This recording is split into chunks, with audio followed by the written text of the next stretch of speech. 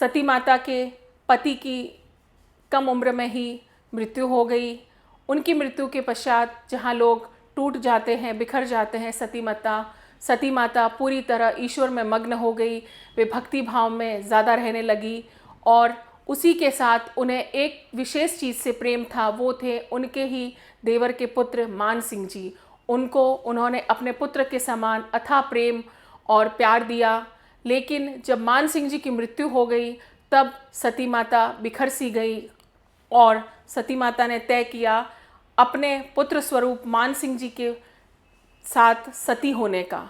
लेकिन किसी कारणवश वे सती नहीं हो पाई और उस दिन के बाद उन्होंने अपने आप का सर्वस्व जीवन ईश्वर को समर्पित कर दिया और उनकी भक्ति से ईश्वर भी इतने प्रसन्न हुए। उनकी भक्ति और उनकी श्रद्धा इतनी पवित्र थी कि साक्षात शिव और पार्वती उन्हें दर्शन देते आते थे। बड़े बड़े संत शिरोमणि उनसे मिलने आते थे, उनका साक्षात्कार करने आते थे, उनके दर्शन पाकर धन्य हो जाते थे। सती माता को ना कोई लालच झुका पाया, ना कोई डर डरा पाया, ना कोई डर उन्हें तोड़ पाया। हर मुश्किल में भी उन्होंने सिर्फ धर्म का रास्ता चुना और अपने भक्तों को भी वही रास्ता बताया।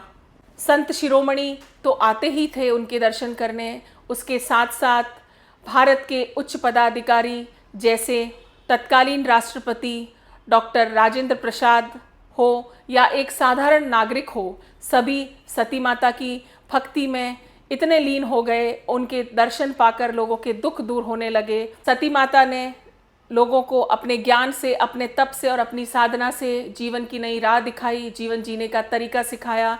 बलि मांस मदिरा से उन्हें दूर रहने को कहा और लोग उनके भक्त बनते चले गए। सती माता ने अपने तप, ध्यान और साधना से लोगों को जीवन जीने की राह दिखाई, बलि मांस मदिरा से दूर रहने को कहा और भक्ति भावना को बढ़ावा दिया।